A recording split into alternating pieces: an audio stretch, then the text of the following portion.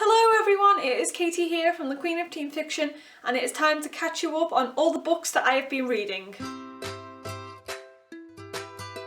I'm going to apologise for the lighting in this video because it is really dark outside. Even though it is about 10 AM, the weather is not my friend. It looks like early evening and I have no lighting to make myself look professional. Okay, so I didn't do a wrap-up video in December because it was Christmas and there was a lot going on. And by a lot going on, I mean there was lots of television to watch. So I didn't do a wrap-up video then, so instead I'm going to include all the books I read in December in this video as well. Okay, so let's get started. The first book that I read in December was The Libby Garrett Intervention by Kelly Oram. I don't have a cover for this book because I got an e-arc of it, but that's the name of the book anyway. So The Libby Garrett Intervention was kind of like a follow-up story to the Avery Shore Experiment, which I read a couple of months ago. Libby Garrett is the character that we met in that book, and so instead of focusing on Avery this time, this book is all about Libby. For those of you who've never heard of the Avery Shore Experiment, it's a contemporary story in which the protagonist Avery uses the 7 steps of grief to help her get over a broken heart. So this time around we're focusing on Avery's best friend Libby, and she's in a toxic relationship with the jock of the school, Owen Jackson. Although he's happy to spend time with her alone, he's not really proud of her. He won't commit to being her boyfriend, he doesn't show her off to his friends, he basically keeps her hidden like a dirty little secret. And Avery and the rest of Libby's friends are noticing that she's changing a lot to be with Owen, and that she's not the Libby that they all love. So Avery enlists the help of her co-worker Adam, and they decide to put Libby through a 12-step intervention program. The story is really fun, it's a fun idea just like the Avery Shore Experiment was. I really adored Libby and Adam as characters, and whilst I enjoyed reading the story, I don't think it had the same bit of magic that the Avery Shore Experiment had, only because the Avery Shore Experiment was the first one. Doing the whole science experiment was a new thing, whereas it felt like this one was just a different version of that story with a different experiment / intervention. So it was very humorous to read, but I don't think I was sucked in as much as I was with the previous book. The next book that I read is The Everest Files by Matt Dickinson. Being specifically a YA book blogger, I do come across quite a lot of the same themes. There are a lot of similar storylines in a lot of the YA series that I read, and sometimes it can get really repetitive when reading the same sort of books time and time again. So with reading so much YA that is similar, I am always looking for something completely new, something that I've never read anything like before. And so then I came across this book, which is a YA novel set on Mount Everest. I mean, how cool is that? That's not something I've ever seen before in YA. So I was really keen to read this book. This book follows Ryan as he's on his way to Nepal. He is volunteering over there to dispatch medicines to the areas that can't usually be reached. Whilst travelling alone, Ryan ends up with a fever and he ends up very sick. Then he's found by a local girl named Shira. She takes him home, and whilst he is there, he is able to recover. One day he comes across her praying over a picture of a young boy, and curious, he asks Shira about the boy in the picture. She then tells him that he's a Sherpa boy called Kami, who has been missing ever since he went on an expedition to Everest. No one knows what happened to him and whether he died on the mountain or whether he's still alive. And so Ryan promises Shira to go off and find some answers about Kami and return the truth to Shira once and for all. And so he goes off on his little adventure to track down Kami, and we finally get to learn Kami's story of what happened on the expedition, which aimed to get a high-profile American politician to the summit of Everest. So when I first started reading the book, I thought that Ryan would be the main character, but he really wasn't. It was all about Kami, and I was so pleased with that because Kami is a Sherpa. Kami's story is the type of story that usually gets ignored. We hear all the time about these climbers that make it to the top of Everest, but we never get to hear about the hard-working Sherpas that help them get there. So the fact that this is about a young Sherpa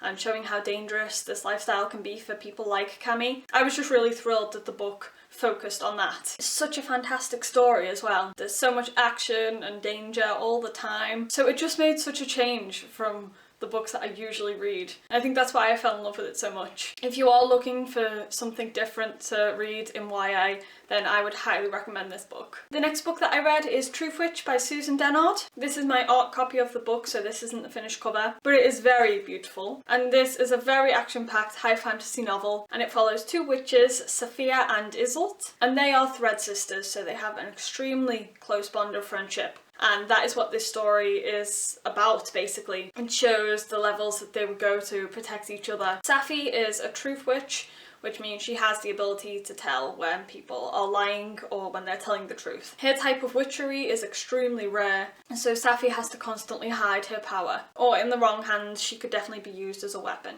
The witchlands in this story used to be at war with each other, but that ended with a 20-year peace truce. That truce is about to come to an end as this book starts, so the lands are on the eve of war again, and nowhere really is safe. Safi and Iseult are being hunted by a blood witch who has the ability to track somebody by their scent, and so throughout this book they are running and fighting for their freedom. Other than the explanation I've just given, I can't really put into words the plot of this book. It's a very difficult book to summarise, but I really enjoyed it. It took me a while to get into it. The first 50 odd pages I found quite slow, only because I was so confused. This was a brand new world and I didn't really know what was going on, but things do become clear and the author explains it brilliantly in the end. What really made this book great for me is the characters. The characters are so fantastic. This is truly a book about friendship, and I don't see enough friendships like this in YA books. Usually the main focus is on romance.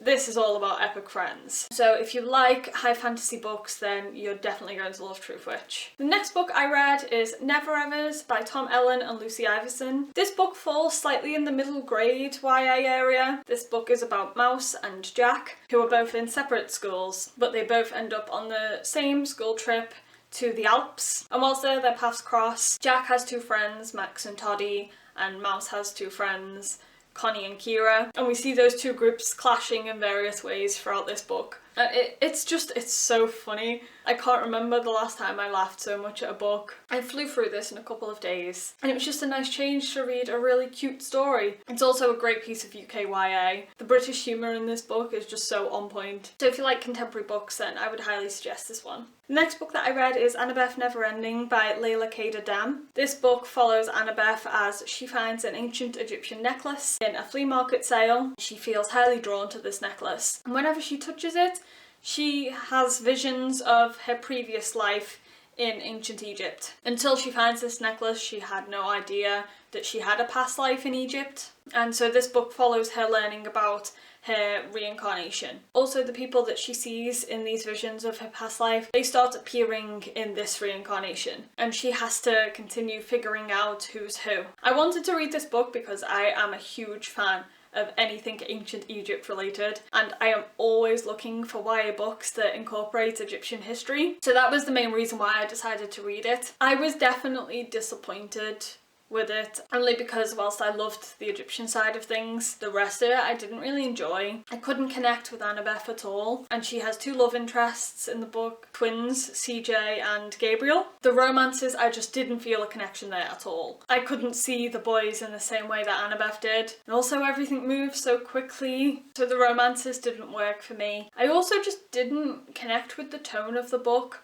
I like reading YA because most of the YA books that I read, even though they follow teenage protagonists, the story usually appeals to people of any age. Whereas with this book, I felt it was very specifically teenage. It kind of had a Disney Channel movie type of feel to it. I'm not saying that's a bad thing at all, but I just felt like it didn't really appeal to me. The dialogue was very typically teenage as well. But the plot had really good potential because the whole reincarnation thing was very interesting. And like I said, I really liked the Egyptian side of it. I liked reading the scenes in Annabeth's past life, and she had Ramses the Great as her father, so I loved that side of it. It was just the modern day stuff that let the book down for me. But I do think it had an interesting plot, just it didn't quite work out for me. The next book that I read is Red Queen by Victoria Aveyard. There is such a big hype around this book and I have been meaning to read it for ages. And then over Christmas I was lucky enough to get an arc of Glass Sword, which is the second book in this series. And so that was like my final push to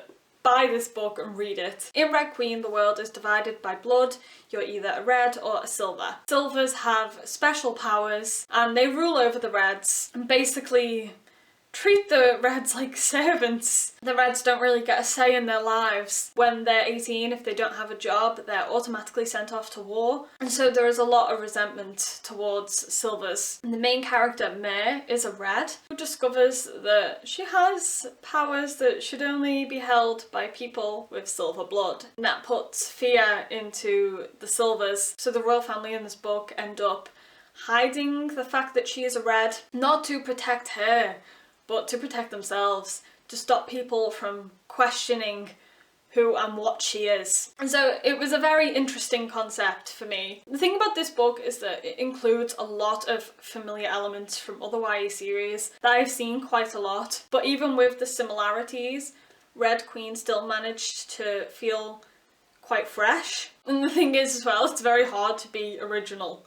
with YA books nowadays because so much has been done. So I like the fact that even though there was a few cliches in this, it still managed to make it feel new to me. Also, I really loved Mare. I like characters that can stand up for themselves, and Mare is one of those characters. There is romance in the book, but it's not the main focus. There's a lot more focus on the action, so that wasn't too overpowering. Because like I've said time and time again, a lot of YA series you can get overpowered by the romance side of it, and it can just get really annoying. Now, this has been out for a year now, so I am going to address just a little spoiler part of it. If you haven't read this book, then I'm going to put a little spoiler warning up on screen. Please mute the video until you see that screen again.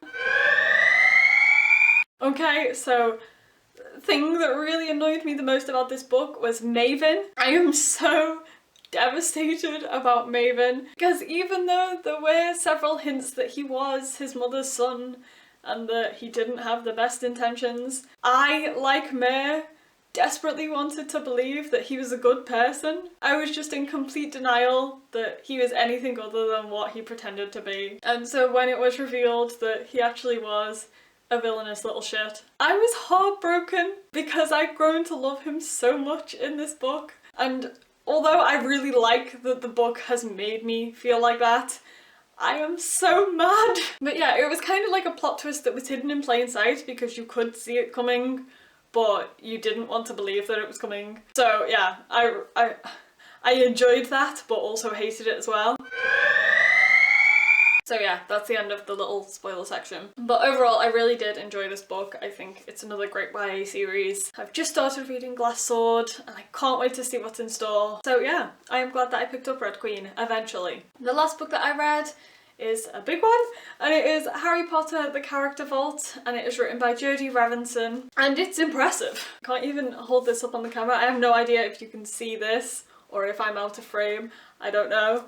It's a big book. I am a huge Harry Potter fan, so I will eagerly lap up anything Harry Potterish that is thrown at me, especially because, you know, the book's ended quite a while ago now. I'm desperate for more things. The Character Vault is basically about the look and the style of each character and how they were taken from page to screen. It shows you all the costume sketches and how their looks might have changed from how they were originally planned out to what they did look like finally on screen. It includes lots of little facts and bits of information about some of the actors as well, their audition process. There were a few little things that I didn't know in here. It also has a lot of gorgeous concept art throughout it, like this. I have no idea if you can see any of this. This might be a complete disaster. But it's filled with stunning artwork. What I really loved as well is it includes some things that we never got to see in the film. For example, it had the development art for Peeves, which of course we all loved Peeves in the books, and he never made it to the films, which I'm still very bitter about. But this book shows his development art, so what basically the original plans were for him when they were going to put him on screen. It made me even more sad that we never got to see him in the movies. So yeah, this is a perfect book for any Harry Potter fan. And it's so pretty! So they are all the books I've been reading over the past 2 months. So let me know all the awesome books that you have been reading over December and January. Did you get any fun books for Christmas? What are you really excited to read at the moment? Do you like the sound of any of the books that I've just mentioned? Please let me know all the things in the comments down there. My hands are freezing now. They probably look bright red on the camera because I filmed this in our attic room which is absolutely freezing because the radiator up here is broken. I don't know why I'm telling you this. I just want you to know that I'm suffering for this video. Let me know all the bookish things in the comments. Thank you guys so much for watching. I will see you next time. Bye!